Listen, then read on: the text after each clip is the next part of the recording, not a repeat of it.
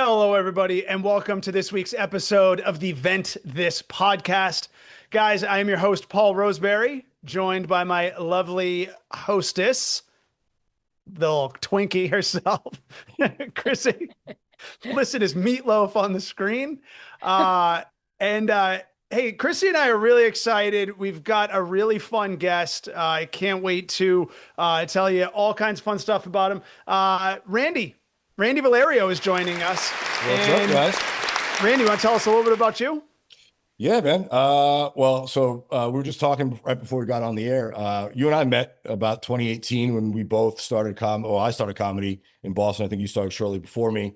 Before that, I was on Wall Street for many, many years in private equity, being a big shot finance guy, making good money, and I hated my life and decided I didn't want to pay my bills on time.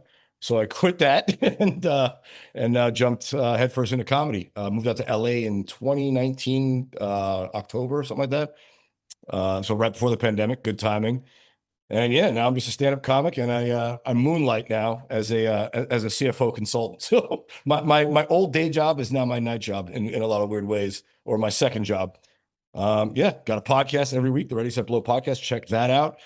And go follow me on Instagram at Randy Valerio. That's where you can find all my dates, where I'm going to be, and all my memes. I apparently during the pandemic accidentally stumbled into being a meme lord. You're really no like my wife Chelsea follows you quite a bit. I mean, she's met you, but she followed you already. That's a huge thing. You love to post the memes. Yeah, and well, that's blown up for you, right? Yeah, well, yeah, that blew up for me. So I had I don't know, less than 1,000 followers on Instagram, right around the time the pandemic started. And, we all, I think it was by March, April, we all hit boredom in 2020. And I couldn't, you and I couldn't go out on the road, couldn't tell jokes even locally. Yeah. So I just started getting real smart with people on Twitter and giving sharp responses. And those got a lot of heat on Twitter. So I was like, I'm not really big on Twitter. Let me post those responses on Instagram. So a lot of my memes are me responding to people's tweets that people tend to like. And that took off. I mean, by the end of the first year of the pandemic, I had, I don't know, 12,000 followers on Instagram. Now I'm up to about 74, 75,000. I branched out a little bit recently to some video memes because that's the Reels is the thing. But that's also fun to comment on videos. So that kind of took off for me. And honestly, that made me seem like a lot more of a legitimate comedian because, clubs are lazy as all get out. So they they don't want to do any promoting themselves. They just want to bring people who already have a following. So when they, if a club, looks me up and I have, 75,000 followers, they're taking me a lot more seriously, which helped. That kind of happened organically, which is kind of cool. Dude, and I'll say the fun thing with your memes is that they're the kind that stick in your head. Yeah. Like you had that meme, we've talked about this, where you said that at self-checkout, you steal 100% of the time because I don't work for free. It's true. Since when did I become an employee of CVS? Listen, I'm 43 years old, so I'm old enough to remember when you go to a bank, which was a beautiful building. It was it was almost like a church, right? Yeah. And it was open from 10 to 3, 3 days a week, as banks were back in the day. Yeah, not on Sundays. And you would you have to go to a teller and you have a little passbook. Remember going to the Ridgewood Savings Bank on Myrtle Avenue and Forest Avenue in Queens, New York, where I grew up. Still there. The bank is absolutely beautiful. The whole thing is marble, so banks got money. But they give you a little passbook, and they would print in there your balance for deposits and withdrawals. And I remember when I first opened that bank account, I must have been 8 or 9 years old. I was big into money and finance when I was a kid, just because I grew up poor. And I was like, all right, if I work for a bank, that's where the money is. Unlike Jesse James, I don't want to rob him. I figured I'd work for him. I think they were paying me like 4.5% interest a year, something crazy. Back then they did. Back then they paid money. interest, right? So I'd go deposit and take out, right? And there was a human being there working. So there was a person whose whole livelihood, they paid for their mortgages, their rent, their kids, all that stuff. On the salary they were making, handing me money, and the bank was handing me 4.5% and still making money. Yeah. And then as time went on, all of a sudden now you're going to pay your own bank a $2 fee to get your money out. They're holding your money hostage. But it got even worse, Paul. You go to CVS, you go to Ralph's. All of a sudden, I got to check myself out, and we're in the honor system. It's ridiculous. And the biggest part of my biggest gripe about this thing It's a self checkout is so my last job in finance, we bought a retail company. Me and my partner went in to run it. We took some family money and then bought it and turned it around and sold it. We made a good deal of money on Like that. Marcus Lemonis over here, you guys. Yeah, a little bit, pretty much. Yeah. Yeah, private equity stuff. But once I got in the business, I realized in retail they have something called shrink. So every chain that sells to the customer, any place that has a physical location, has a line item in their balance sheet and on their income statement called shrink, which is just thefts from customers or from employees or just damaged goods, right? And they estimate it to be about 2%. Okay. Okay. Most of the time, especially now with all the security stuff we had, all the RFID tracking on items, so you can't walk out and things like that, the shrink is way down below that 2%. But they still that's an accounting standard to run that at 2%, right? These places like a CVS and a Rouse and Kroger's, they every year expect theft of 2% from their stores. But obviously over time, theft is way down because of all the security. So they're like, oh, why don't we have people check out? We know they're going to steal some. That's still cheaper than paying the employee. And it's within the margin they're expecting, you're saying. Yeah. Exactly. Oh, sorry, go ahead. Basically they said if we fire the employee and make the customers check out, no matter how much they steal, it won't meet that threshold. So we're going to be better off for it. So I'm thinking in my head, wait a minute. This greedy corporation, look, I'm all about capitalism, right? Well, can I just throw in, I didn't even realize, I didn't mean to segue as well as I casually did based on your memes. This is actually our first vent. Sorry. Me, Paul, right away I get into complaining. No, I love it. No, this is good. Well, why don't we hear more about it when we come back? How about that? All right, let's do it. All right, guys, and we are back. And I'm sure you guys were thrown off entirely by my sudden halt of the horses on Randy's full speed. That was my bad. I want to let everyone know our first vent this week is Randy can't stand self-checkouts. You think they're a pain in the ass? Oh, they're terrible. As I come to launch into my spiel about them, and I'm loving the numbers. I love that the shrink percentages. And so there's a calculated angle that these stores have taken. Yeah. And they're expecting you to steal. They expect people, a certain amount of people to steal a certain amount of stuff. They write it in as bad debts called shrink every year. It's an accounting norm.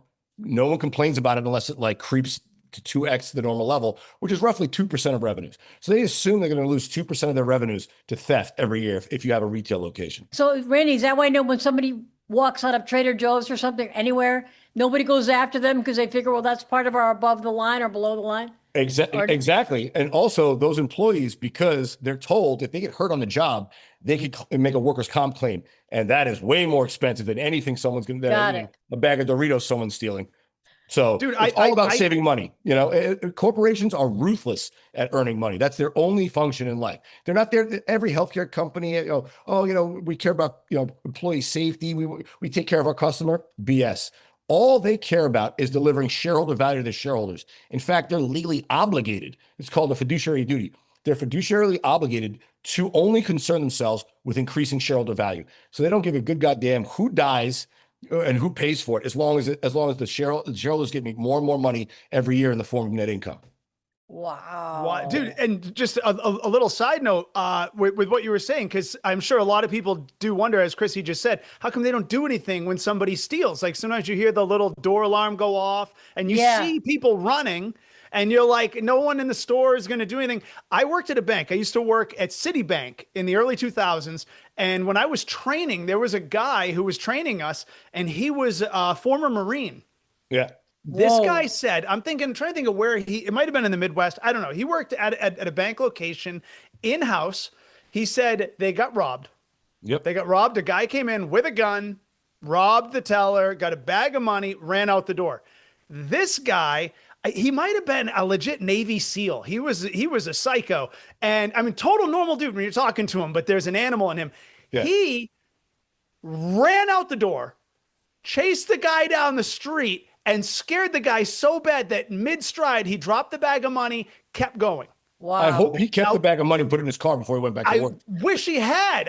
We wouldn't have been having this conversation at that meeting. We would have been in Tijuana at a bar doing tequila shots. But so this guy says he comes walking back into the bank, holding the bag of money, thinking he is about to get handed a cape for being Superman. And his boss said to him in a meeting, whenever it was the next day, if you ever do that again, you are terminated immediately because that is a liability we're not willing to take. Exactly. You never intervene. The money's worth less than anything else. Yeah. And to your point, it's not because they love this guy and know he has kids. No, they don't give a good. They don't care. Yeah, but they know that his family could sue for $7 million. Yeah. And the banks are insured. All these retailers are insured. Yes. The security is there, and it's all deterrent. It's all trying to make the customer think that it's not worth trying. Right. But if they try and succeed, nobody cares. The only people that care are the insurance companies. But everyone on this podcast knows insurance companies are the biggest crooks on earth.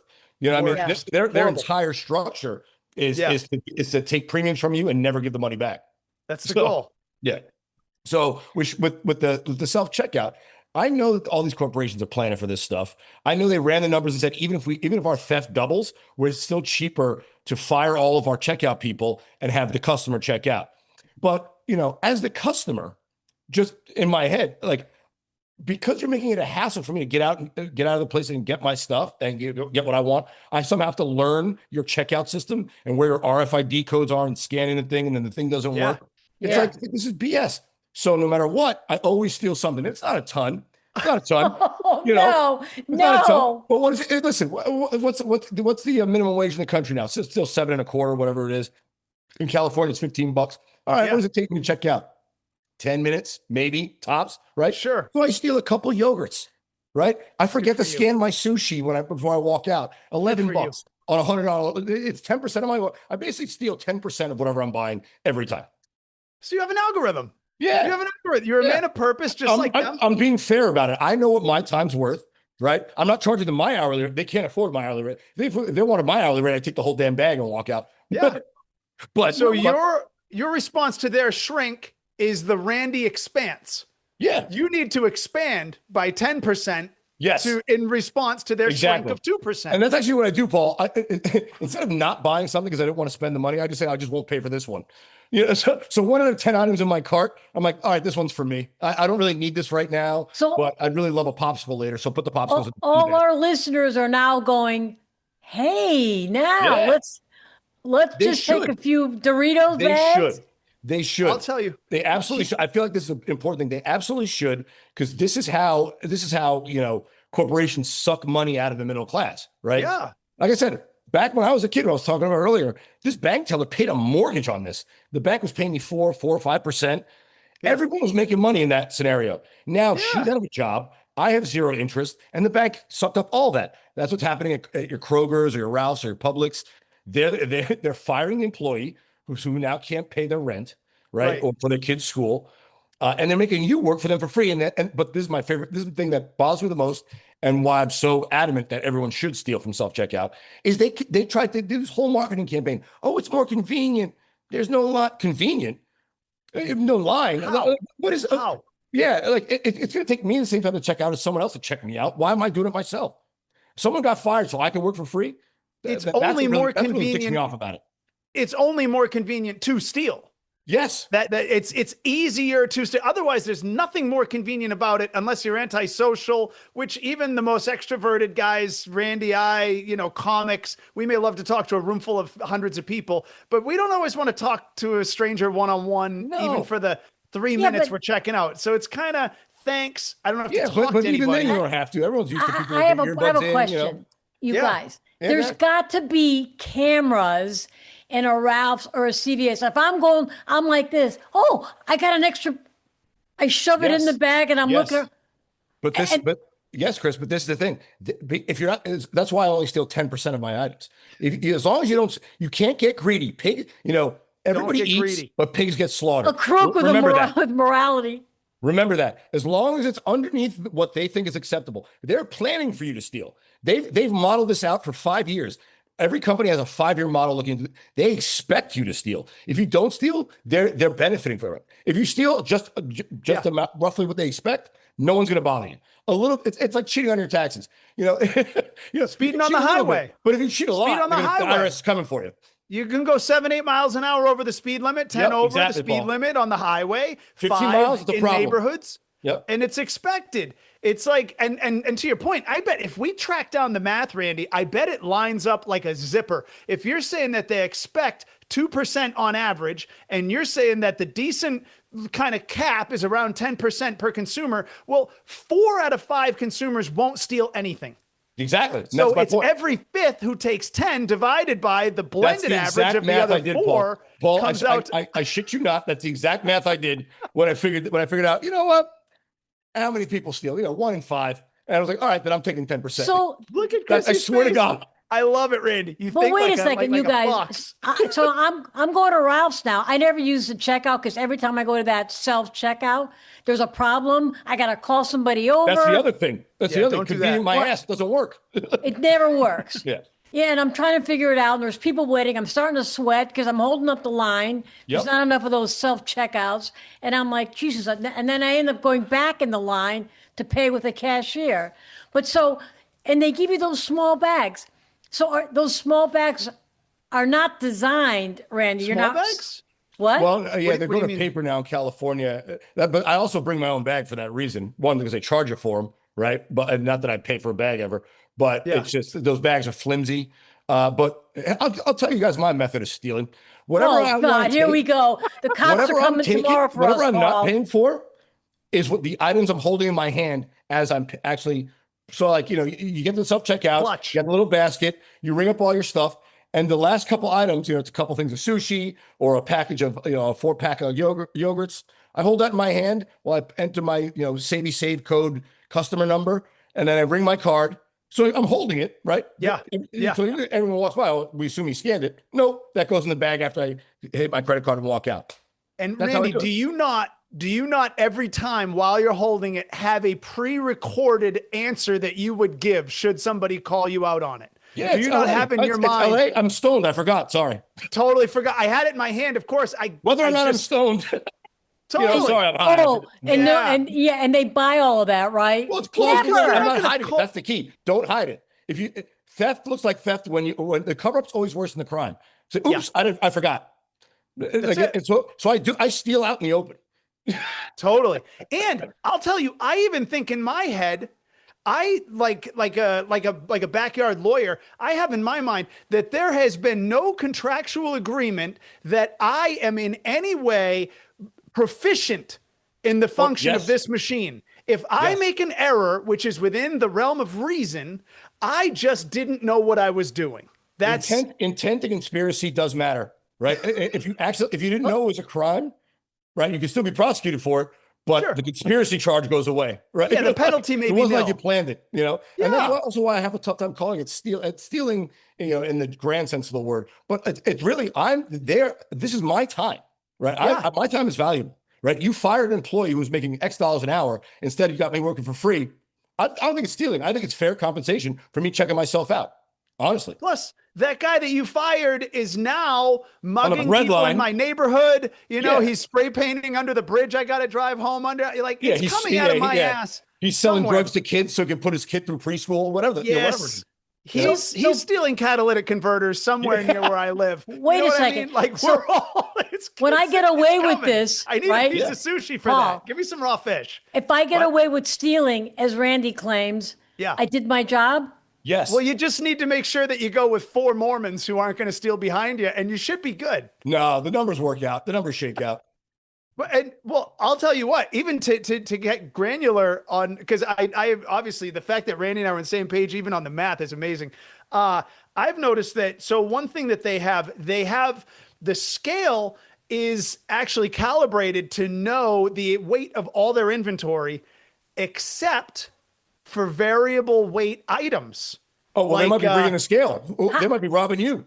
Well, here's the thing, which I do wonder. I wonder that all the time, actually. Oh, yeah. But so if you put in, some things are per each. Say you're buying an avocado, right? So when you go to buy an avocado, the scale isn't ready to have a preset weight because all avocados weigh something different. Instead, it asks you the volume or the number. Count. Yeah. So just put 1 and set down 2. The scale has no idea. That's my other method. Oh my The scale God. has no idea what 1 avocado should weigh versus 2. So there's no problem. Or I buy all organic and bring it up as non-organic, that kind of stuff. Around the world. It's not like I'm backing up the Brinks truck and taking everything out of. But that doesn't, 10%. Paul, that method can't work because it does.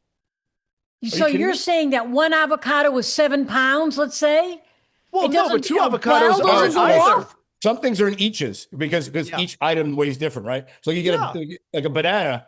Each banana doesn't weigh the same as the next banana, but if you buy 6 bananas, each banana is 99 cents, right? So you could just say you put the bananas there and say you got 5. Yes, and sound engineer Gary is pointing out Chrissy will not be good at this. This is not your math is tough. This is a real mathematical exercise I do in my head. I'm a weird guy. I'm a weird guy. So wait, Randy, what your last method is actually what I use almost every time, and I use it religiously. I don't necessarily believe the hype between organic and non-organic because it arguably. Well, they might be lying too. That's the other thing. You never. How the hell am I going to know? I'm not at the farm. No, but so what I say, and this is how twisted my justification is. If one store is going to sell me a zucchini that is organic and one that isn't, they're saying the one that is organic is better for me because it's not covered in poison, which means that the other zucchini is covered in poison. And to save 20%, you can poison yourself. You were still going to sell it to me in good faith. Yes. You had no problem selling me poison because you don't give a shit if I live or die. It's so what the hell with you? I will absolutely steal the difference between organic and non on my zucchini. Again, Paul, this is perfect. This is again why it makes me so irate about this particular issue or topic. Corporations convince you that hurting yourself is the right move when they're the ones profiting. Just like, hey, self-checkout's convenient. Meanwhile, they're making money. Hey, this is organic, but you get the poison stuff cheaper. It's like, what is it? The hypocrisy is so blatant. That's why I don't even hide the fact that I steal at self-checkout. At least I'm honest. Unlike the corporations, at least I'm honest. You admit that you're stealing. One thing that I found to make it very easy to ring up organic at non-organic cost, other than because once in a while, and who cares, once in a while it goes wrong, but like the little scanner sticker will be on and you'll miss it and it pops up and you're like, shit, now I got to pay organic because I'm not going to go through. So here's the thing. You put them in the plastic bags that you put like chicken in. Always. Thank you. Always. And always. Unbelievable. Yeah. And you just bunch up sometimes. You can't get mad at me or Paul. The corporations set the system up. They want to play this game where they're robbing the consumers and convincing them that firing people and making them work for free is a convenient move. Yeah. Because Paul and I thought about it and figured out the game they're playing, and we play it better. You can't get mad. Like it's like the Flake game. It's like the Patriots. Just because they push the edge of the rule book and win, you can't get mad because you didn't do it first. It was on the table for all of us to do. They have billions and billions of dollars and armies of people looking at this stuff. And if I can get around them, they deserve it. It's that simple. Dude, it's that simple in my mind. I think, Chrissy, is it safe to say we've given our listeners some incredible food for thought? I hate to be that cheesy. Oh, that's 2 food puns. Yeah, we give an ear beating on self-checkout. And we're going to jail. Thanks, Randy. They're gonna follow us somewhere and put us in jail. I'll take you with me. I'll give you a tutorial on how to do it. Yeah. There we go. The problem though is that now that we've said it on our podcast, it's now if any of our listeners do it, it's now RICO. That's the problem. Oh God. No. We've now organized it. We are only not. If you follow me on Instagram though. So follow me on Instagram at Randy Valerio, and then we can blame it on me. We're not advocating anybody steal. No, this is all tongue in cheek. But just be aware. What I'm advocating is just be aware of how corporations are bending over a barrel, and don't let them get away with it easy. That's I'm with you on that. That's really the thrust of that joke. Just know that they're doing this and act accordingly. Is my real thought to that. Oh my God. All right. That's one down. Down. I think we have had a field day with that. We got a couple more. Let's go for it. This gravy train is rolling. I can't stop with the food puns and they're non-intentional. You guys, Randy, your second vent is really, ladies, the menu is not a novel. Oh, What are you feeling there, bud? dude, so listen, and you know this. When I was living in Boston, so I'm a 43-year-old guy. I'm not married. No Wait, kids. Randy, question. Is your Yes. girlfriend next to you or near you? No, she's in the other room. Oh, But she hopefully knows. she can't hear you. Oh no, she can hear me. She knows. She did this voluntarily. Oh my God. All Like right. I said, at 43, Chris, I am not hiding who I am. This is it. So she's like, all right, well, I guess that's the way it's going to be. But this, and actually, I was asking her, like, what else do I complain about all the time? And she was the one who brought it up. She's like, you're always giving me a hard time about not figuring out what to eat. Because she'll be like, oh, I'm hungry. I'm like, what do you want? I don't know. And I'm like, okay, right. So with women, right, a lot of I've said this before. Go ahead and generalize. Yeah, it's all good. Yeah. But one time on my podcast, I said, because I was talking about just dating women, I said, I feel like women don't know what they want until you tell them. Like they're very indecisive. So which We're talking about food, right? We're talking about food. Food, yeah, food Okay. especially, because it's a thing you think about all the time, right? But easy decisions like that are complicated, right? The less decisions we have, the less stressed we are. And women can figure out what to spend all night figuring out what to wear, but then you ask them about food, they're like, "Oh God, I don't know. I spent all my energy and all my discipline trying to figure out what I'm going to wear to dinner. I don't know what I want to eat at dinner now." That kind of thing. But I know, knowing that, right, at 43, currently I'll ask my girlfriend, like, "Hey, what do you want to eat?" She's like, "I don't know," and then I'll cut it down to 3 options, and she still can't figure it out. It's like, so now I'm just down to 2. Is it this or this?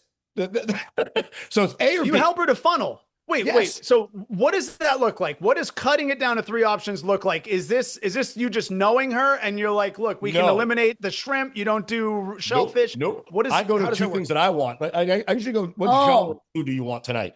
Italian, Japanese, pizza, Mexican. Sure. I just say, well, which 2 would I like tonight? And I give her those 2 options.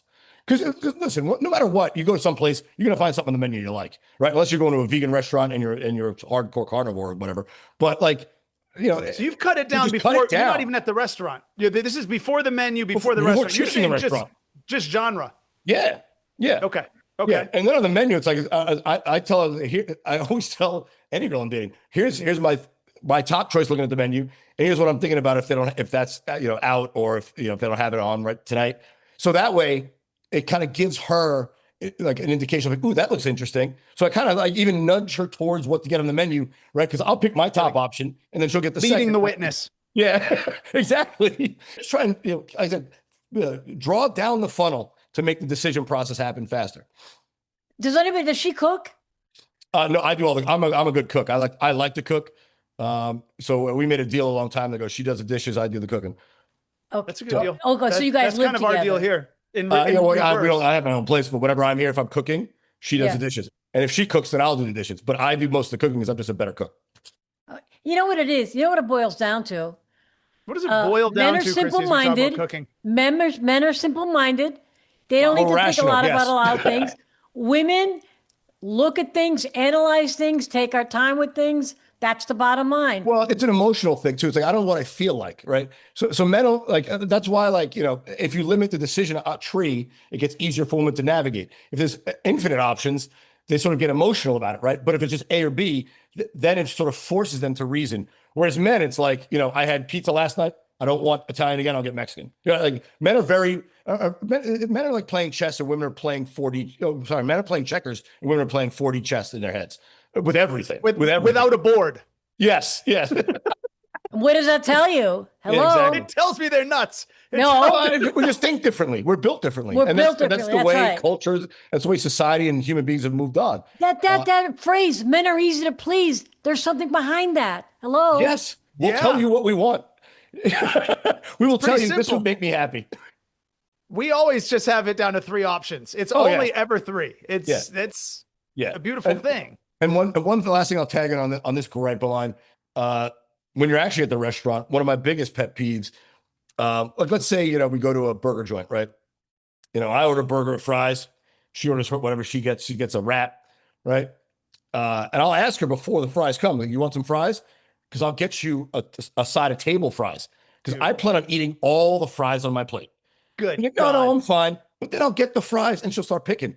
And I'm like, listen, I have fry money. I can get an extra order of fries. Just fry rich, when baby. I order what I want on the menu, I plan to eat every bit of it. Yes. And you don't share, I assume I'm getting the last few bites of yours. Yeah. Well, it's almost like women want a little bit of your joy. You know what I'm saying? They just want to know they can do that.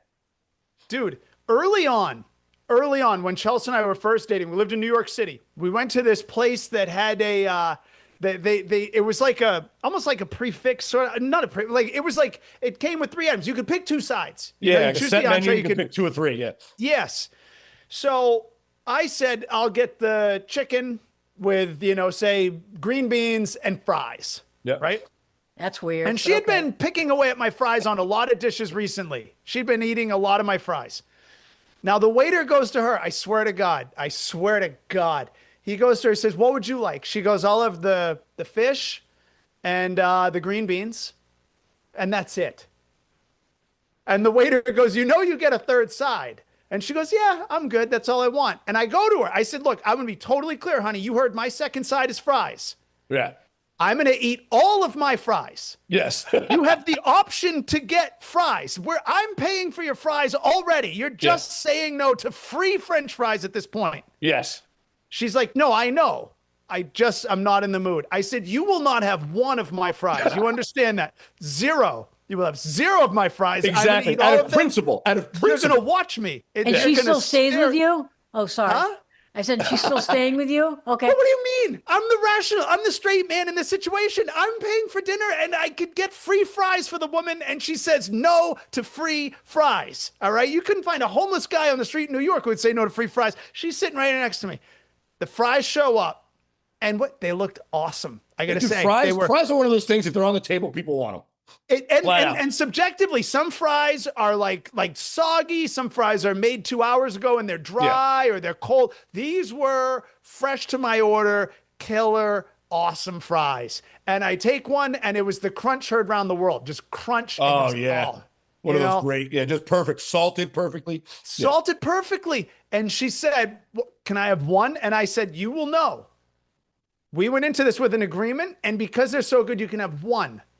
1, just to know what you missed out on. Oh, that's even worse, Paul. You're teaching her a lesson, that's Paul? mean. Oh, my God. She ate all my fries. There's no mean. If she ate all the fries. The floodgate was open. I got no fries. I got like 2 fries in the whole night. God damn it. Why? And I'm the idiot because I knew there was a serious fault in our ordering. And why would I say no to the free fries? Yeah. I should just take them and throw them in the air if she doesn't eat them, or give them to a homeless guy, whatever. Yeah. Paul, you should have just ordered more fries from her order. Hello? What? This is what I'm saying. I should have said she'll have fries. You bring the fries. Just put them on a side plate.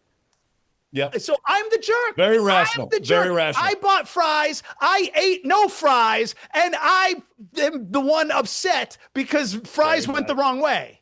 Yeah, fry calories don't count, like Gary says. Let me guess though, Paul. The waiter was male. He knew what was going on.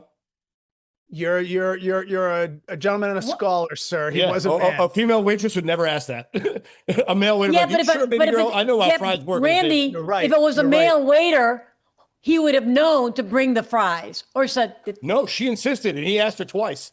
I did. No, but to Randy's point, a female waitress would probably say, because they have a little more intuition, they'd be like, I'll just put them on. And then if you don't eat I'll them, leave them here for the table. Exactly. But a guy is going to listen to a guy because you know what? We like orders. We want what we want. Plans. Yeah. If I didn't order it, I don't want it. The guy said no. The woman said no, and he's on a date with her. I'm not going to defy his relationship with her by putting, she said no. I'm not going to be the guy who then, because then it's him versus us when they show up. It turns out she's got an eating disorder, some weird shit, because they're on the plate. She has to eat them. She's puking, behind a dumpster. Oh, for God's sakes. Well, I'm at the point where if she says no, I said, just bring him anyway. I cut it out because I don't want to have that aggravating conversation for the 400th time in my life. Like, just bring order fries to the table. I'll never do it again. If we don't eat them, you guys take them in the back. Wait staff and have them. Yep. I'll never do it again. Yep. Lesson learned. And it did bring us closer. And 12 years later, here we. Well, you laugh about it when you explain it. I was a little pissed. It was like 80-20 laugh 20 pissed. Oh, I was for like, God's son of a sakes. bitch, those were good fries. I really wanted some. And I'm not going to order a plate now because in principle, I gave away free fries. I'm not going to pay $8 for a new plate when I only want the amount. You also she want to admit to the guy that you messed up. God. You know, you don't want to admit you messed up on the order. Like, yes. All right, we just got to go. We're done here. We're done. Yeah. Go, Paul. It's a crazy world. What's the third one? All right, the third one here. So, Randy, we got you down as just to give a loose quote because I love it. Old geezer politicians. Well, all right. I think Chrissy paraphrased. Old geezer politicians shouldn't run. I remember when you wrote in, you said something about there is an age minimum for politicians, but there's no maximum. For every public office, there's a minimum age. Let's just take the presidency, for example. You have to be at least 35 to be president. Yeah. But there's no maximum age. Yeah. True. Agreed. What is that about? Agreed. Dude, the FBI forces you to retire when you're 70. Other jobs force you out at 65. American Airlines. Actually, the entire FAA. You can't be a commercial airline pilot with passengers. Cargo is later, but I think it's like 62 for a passenger aircraft. Yeah, some of our great Einstein discovered gravity when he was like 27, and he couldn't run for president. But we didn't have any more hits. The last three presidents we've had were all born in 1941. It's not just presidents. They're so old. The guy, not just president, he goes all the way down the line. Senators or 90. Senators, local office. At some point, listen. The older people have an absolutely great need in society, right? They're the wise. They have all this experience. But what you don't want is someone who could be losing their faculties at any moment, because you don't know when it's going to happen, right? Dude, my grandfather was perfectly fine at 88, and he dropped dead at 89 randomly. You never know when it's going to happen. Right. So how about this? What about this, Randy? Because I totally agree with you, but what makes it complicated is some people age differently than others. Yes. Some people are more cognitively, functional at a later age. Some are just like I actually heard recently. There's like a 300% rise in dementia within 30 to 40-year-olds. Yes, it's actually on the rise at a young age. There's also young people who are more than capable. There are people who are under the age of 35 who I think could hold an office. You know. Well, so then what's the answer? So what do we retire politicians at 35 and 75? As long as you cannot be older than 75 on the day you take official office, you cannot be younger than 35 before you take office. And that includes 40 years. If you can't get it done in 40 years, is this president or a politician? I'm just talking about president, but that 40-year ban, like there should be a ban, right? Like, what about this? What if we did a publicly accessible cognitive test at anyone over the age of, say, 75? It's like my grandmother. It would be so much fun. But wouldn't it be great? The elderly have so much power and money, they're not going to let it happen.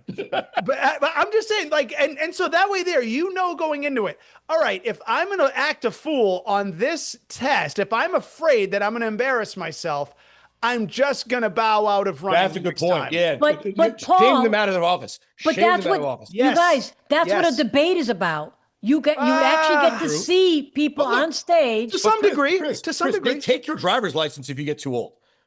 Yeah. So they could take the president's driver's license, but they can't take him out of office. Well, no, but it's still based on because my grandmother got her driver's license renewed at 87, and she would repeat the same story about her Chihuahua 10 times in a row. She should not have been on the road. We all celebrated. We couldn't believe she did it, but we're all like, but does anyone want to ride with her? No. Yeah. And that's not to say that the older people in the society don't have a role to play. I mean, like you can be, the White House chief of staff at 95. You just can't be president because you might drop dead the next day. Yeah. You know what I'm saying? Like these are things you have to, dude, the average age of the Senate is like 71. Yeah. Yeah. The population is like 36. It shouldn't just be president. It should be congressmen, should be senators. Across the board. You shouldn't be able to pass legislation you don't have to live under. You know what I'm saying? Wow. Like, you won't be there for it. Rules on people that they're not going to live with. It's completely screwed up. How about this? How about it's screwed up. I agree with you. The older you get, you have to have more provable family who's going to deal with the repercussions. You got to say, if you don't have any kids, you can't be a politician at all. It should to be. your point, you're not going to be around. You got to have kids, and if you're going to be a politician in your 80s, you got to have grandkids, and it's going to be at least 5, like one for every 2 years. And you have to have a full head of hair. When your hair, Jesus, Chrissy. Paul and I'll be fine. Now she's saying only women should be in office. That's what I just heard. Hey. Yeah. Wow. Hey, as soon as you can order the right number of fries at dinner, Yeah. We'll start counting your votes. There's also a stigma, though. I think the stigma of retirement should go away. You know, we should also allow people. It used to be like a thing that now people have to work their whole life, so you can't afford to live. Yeah. Like, you should be able to retire and not work at 70 for the rest of whatever your life is. For Christ's sake. You know, the average male lives to 77, average woman lives to 79 in this country. You know, 7 to 10 years.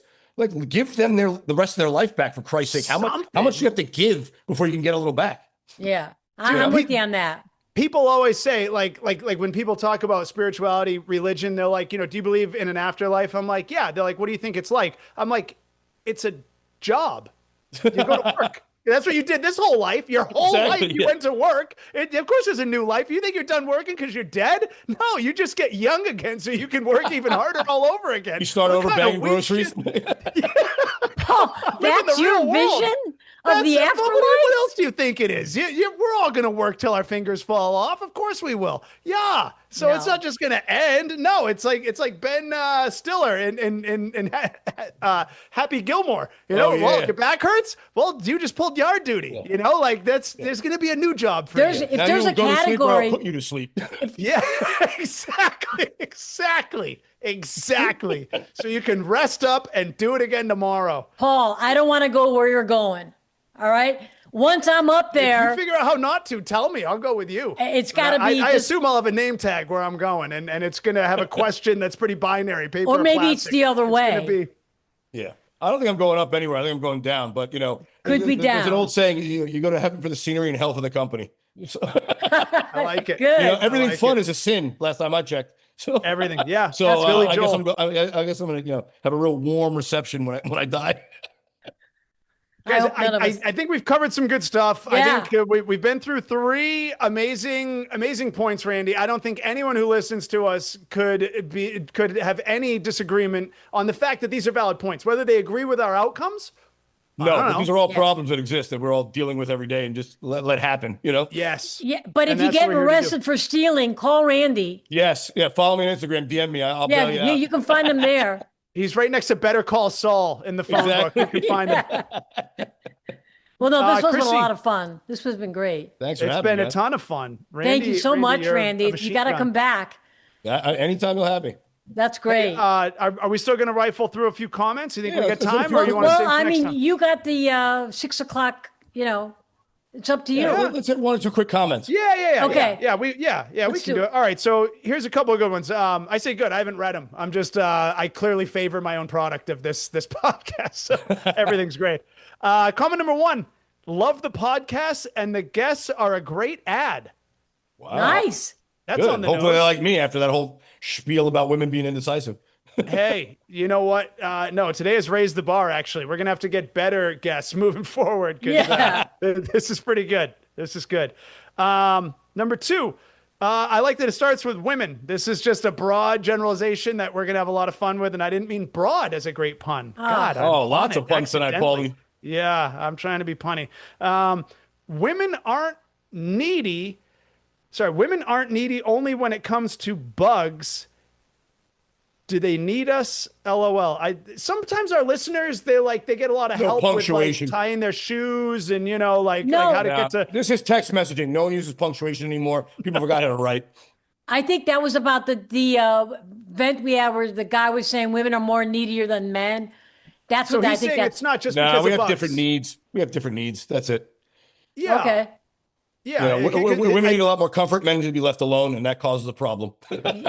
In my experience. And if anyone wants to fully understand that, I would say Patrice O'Neal's sandwich, one of the best.